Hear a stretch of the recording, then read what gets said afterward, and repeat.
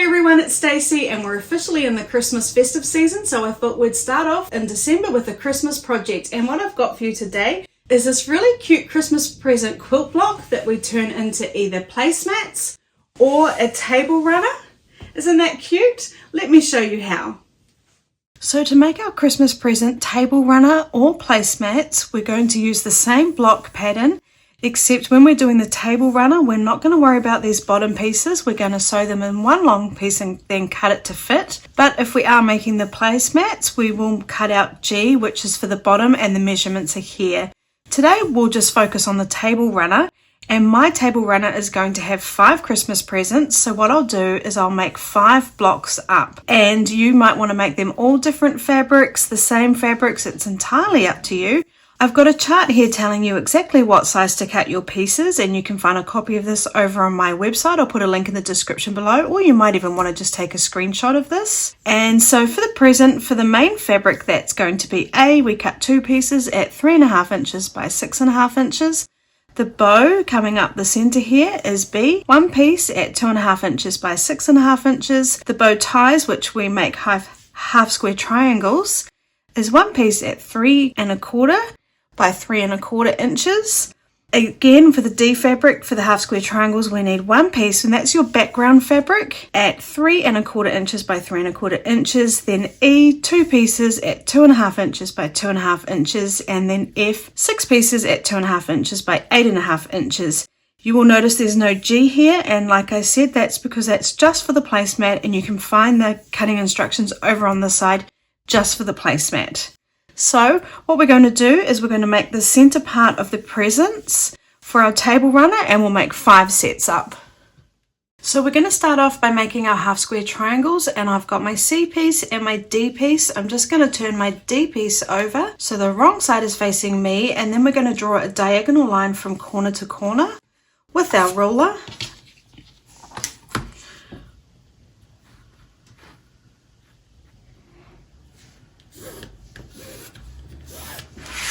Okay, and then we're going to place our fabrics right sides together, lining up all those edges. And then I just will pop a pin in on either side just so that it's going to hold it in place. And now what we're going to do is we're going to sew along both sides of the line we just drew with a 1/4 inch seam allowance. So I'm sewing with my brand new sewing machine, my Juki TL-2010Q, and if you'd like to find out more about my sewing machine, I'll put a link in the description below. I'm stitching with a 1/4 inch seam allowance, and that is just the standard foot that comes with the sewing machine. So you might need to change it in your sewing machine. I'm using glide thread, which is a thread that Juki Junkies likes to use. I'm giving that a try, and I'm stitching at stitch length 2. So I'm just lifting the foot up, lining up the edge of my foot on that line, and I'll just sew along that line.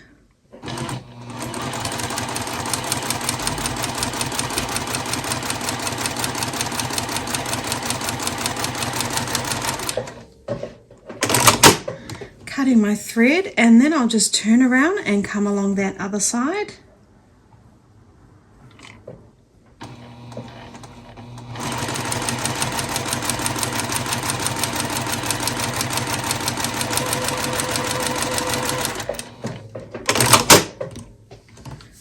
Okay, now we're going to cut along the drawn line. So now I will just remove the pins, and normally I would need to press it just to get it to sit really nicely, but it is already sitting nicely. So if yours isn't, just give it a quick press. Then we're going to take our ruler and then line it up on the line we drew. You can line the 1/4 inch mark up on your ruler against the stitches. On my sewing machine, it is a scant 1/4 inch, so it is sitting a little bit inside that stitched line. So just cutting it in half. Now we'll press. So now I'll just set the stitches on both pieces, and then I'm going to open them up and press towards the dark. So that means the seams are facing towards the dark. I'll give it a finger press and make sure there's no creases in here, so it's sitting really nice and flat. Give that a press. And do the same for the second piece.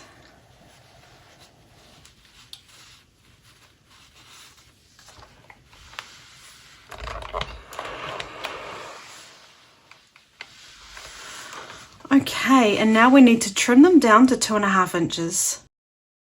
So now I'm going to square up my half square triangles so they measure 2.5 inches squared.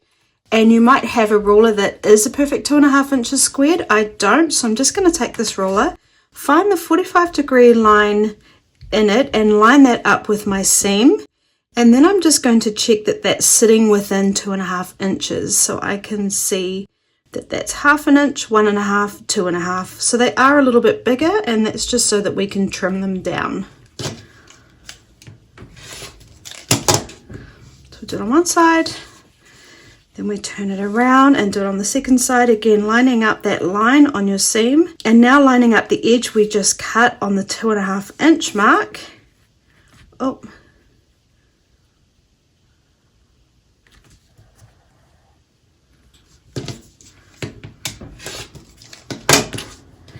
And now we just need to do it on the other side. So I'll just turn my ruler around and doing exactly the same.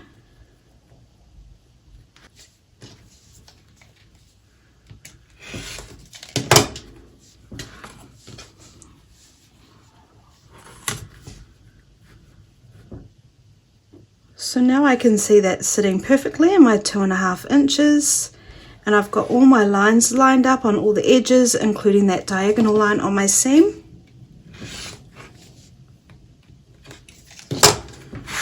And then I'll just do exactly the same for the second piece.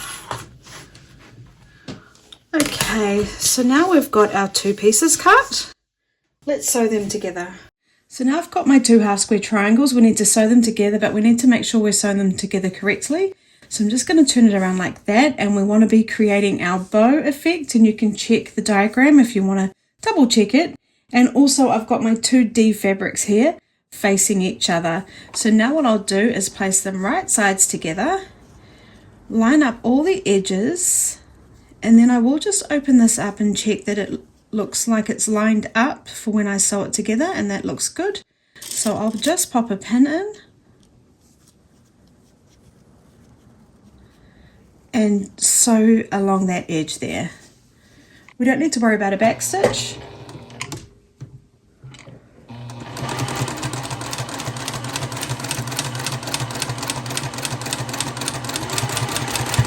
Just coming right off the edge, cutting my thread, and my new sewing machine does have a thread cutter, and then opening that up and checking it. I think that looks pretty good. If you look at the V, now if you weren't happy with the V, you could always unpick and try again. But I'm going to carry on, and what we'll do now is just give that a quick press. So we'll just set the stitches, and then I'm going to open it up, finger press it again, and it doesn't matter which way the seams are facing, and press.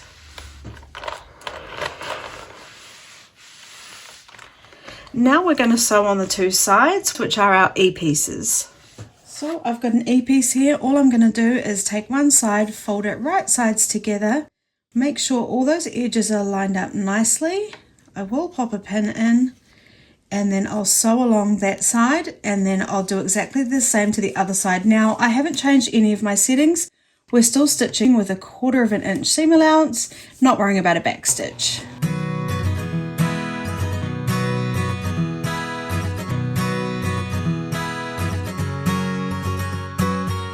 And if you've got lots of loose thread, you might want to just give that a trim right now. So now we'll just press. So setting the stitches again on both sides. And then I'll just open it up, finger press it, and I will press the seams towards this outer edge here, or our E fabric.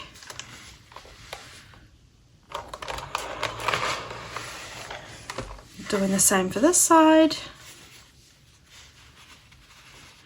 And now this completes the top half of our present. Now let's move on to the body of our present. So now I've got my A fabric and my B fabric, and all we're going to do is sew these pieces together. If you are using directional fabric, just keep an eye on it at this point. So I'm just going to fold these 2 pieces right sides together, line up all those edges, and then I will just pop a pin in. And then I'll just sew along that edge there again with my 1/4 inch seam allowance.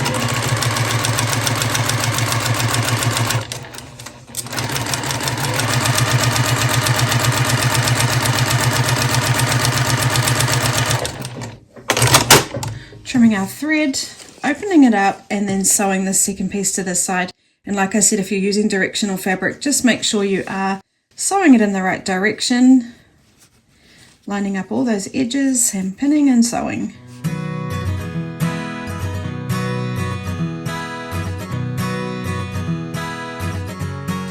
Okay, now let's press. So just setting the stitches again.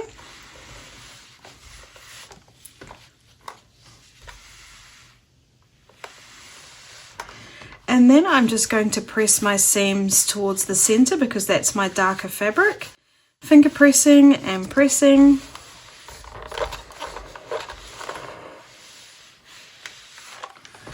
And doing the same for the other side.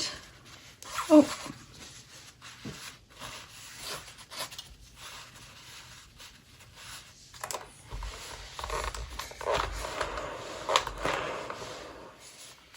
Okay.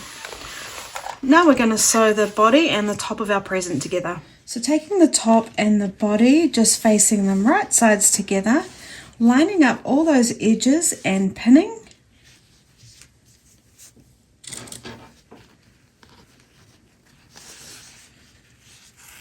You can use as many pins as you'd like.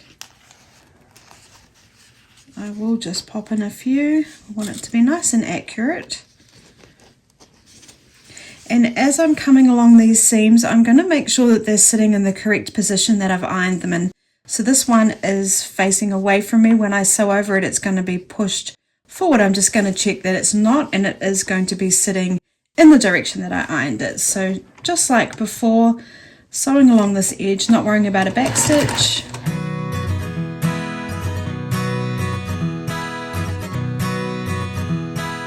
Trimming our thread and giving that a quick press. So setting those stitches, and then I'm just going to press the seams down to the main body, giving it a finger press and then pressing.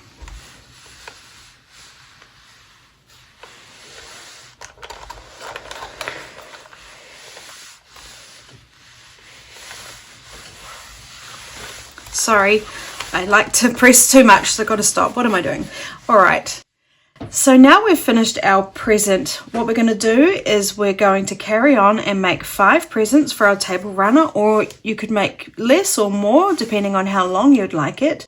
If you're making the placemat, it's at this point that you'd sew on your F pieces and then your G pieces.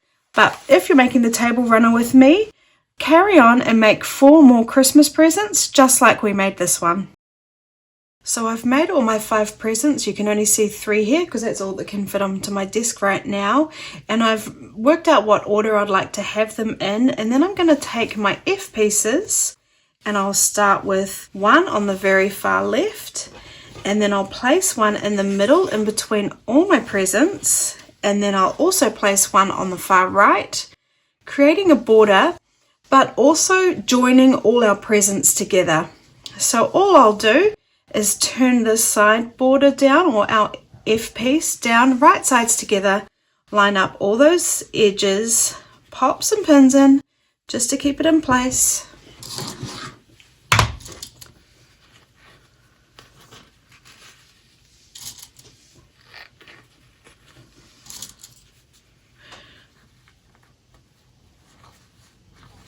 And then I'll sew along that edge. When I've done that, I'll take the next one, I'll sew that on, and then I'll take the next one and sew it on until they're all connected.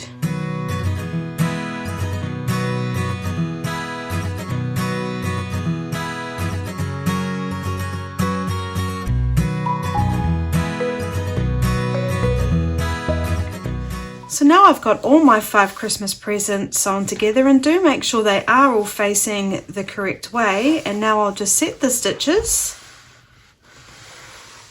and press the seams, and I'm going to press the seams in towards the sashing or our F pieces.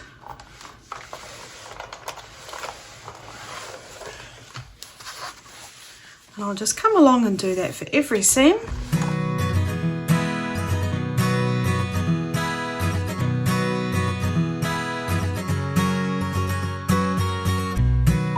Okay, now let's add our sashing along the top and the bottom. So for the top and bottom sashing, I've got 2.5 inch strips here, and if you're using the width of fabric, you'd need to sew 3 pieces together, or if you're using a fat quarter, you'd need to sew 6 pieces together. And I have sewn mine together on the diagonal. That's just a personal preference, and if you're not sure how to do that, I'll put a link in the description below. You might just want to join them straight across. Then what I did was I sewed them continuously together, and then I cut it in half, and then I'm going to put one along the top and one along the bottom. I've just done that the wrong way around. Now it's not a quilt, so this doesn't have to be absolutely perfect. So all I'm going to do is make sure I'm coming past the edge here. I'm going to fold it on top, smooth it out. I want it to just be sitting really nicely. I don't want it to be stretched out, but I also don't want it to be wrinkled. And then once I'm happy, I will just pop a few pins in to keep it in place. And we will be cutting this excess off here. I think I forgot to mention that I have faced that right sides down, so it's right sides together.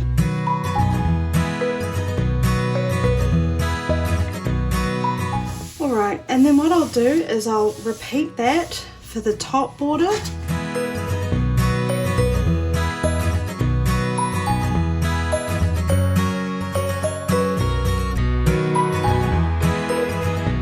So now what I'm going to do is I'm just going to trim this excess off here.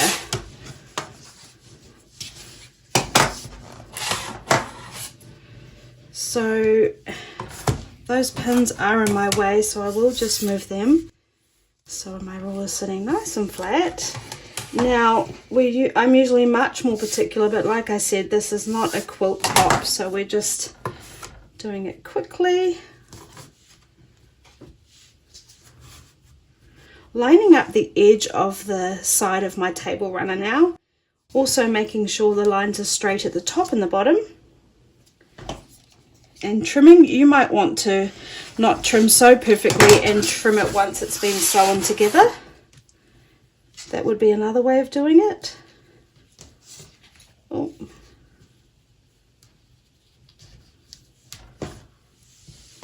Just popping my pins back in. And then what I'll do is I'll do exactly the same on the other side.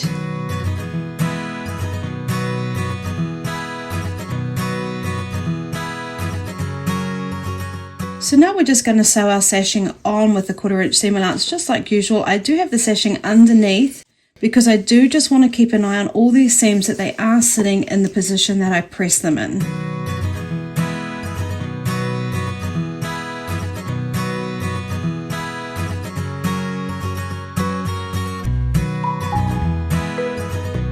So in hindsight, I recommend not cutting right up to the edge before you've sewn it on and pressed it.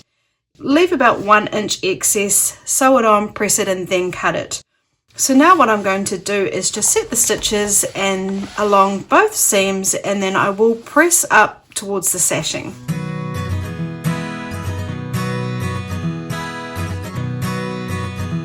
So now we're going to make our little border, which is made out of squares, and if you wanted to, you could just cut 2.5 inch squares and sew them all together. But a much quicker way is to cut 2.5 inch strips, sew them together, and then cut them into 2.5 inch strips, making our long little square border like this one up the top here. So what I've done is I've just cut strips from a fat quarter at 2.5 inches wide, and I'm going to sew them together.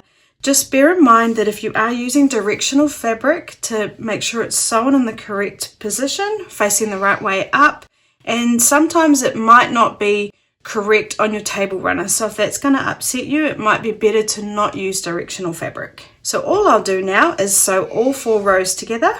So just taking my first 2 pieces, placing them right sides together, lining up all those edges. I will just pop a few pins in.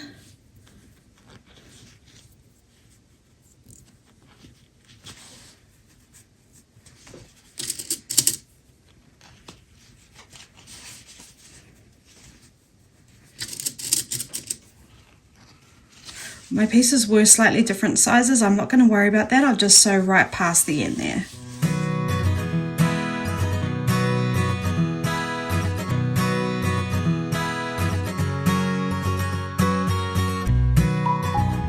Okay, opening it up and taking the next piece. And if you did want to sew them in a particular order, just keep an eye on that.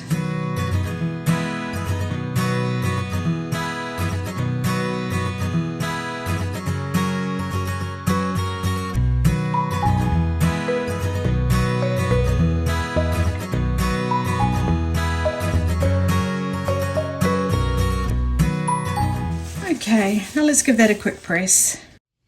So now just working a row at a time and being careful not to iron or press the row below it, I'll just set the stitches.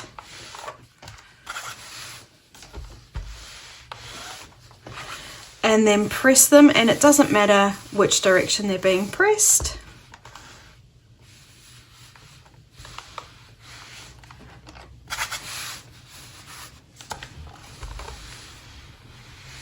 And I'll do that for each row that I just sewed.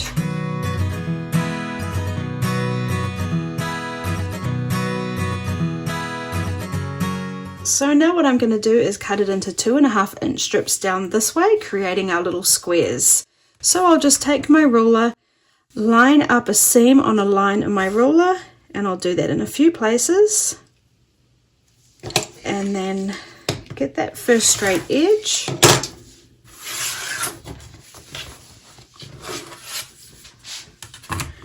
And then from there, find the 2.5 inch mark on my ruler, again lining up some lines along the seam so I know it's nice and straight, and then cutting at 2.5 inches. And I'll repeat that until I've got as many pieces as I can out of this piece here.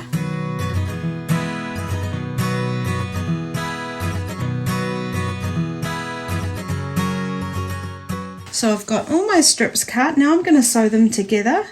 So I'll take one piece and the next piece and I'll just sew them together. I will keep an eye on the order of them. I don't want to accidentally sew the two red pieces together, so you might also want to check on that. So I'll just face my pieces right sides together, line up all those edges, pop a pin in, and then sew along that seam, and I'll repeat that until all my pieces are sewn together.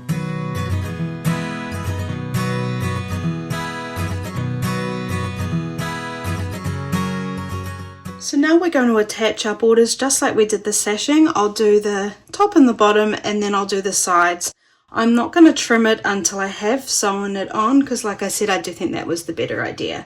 So I'll just turn it over. So, well, first of all, I have got it facing in the correct direction, the direction I want it to be in with my pattern. Then I'm just going to face it right sides together. And then I'll pin it. Now we want it smoothed out, not stretched, and just sitting really nicely.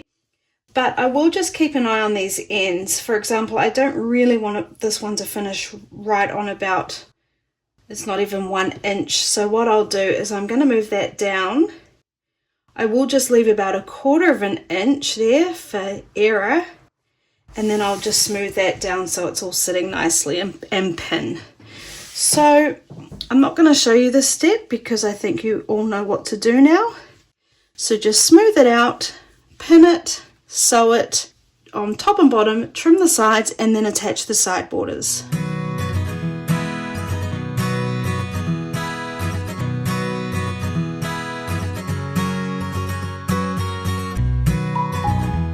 So I've sewn on my top and bottom borders. I'm just going to trim off that excess, lining up the edge here with my ruler, and I'll do that on all 4 sides where I attach the border. One thing I did forget to mention was when I made my set of squares was you'll need to repeat that process 3 times to get enough to make a border for the whole piece.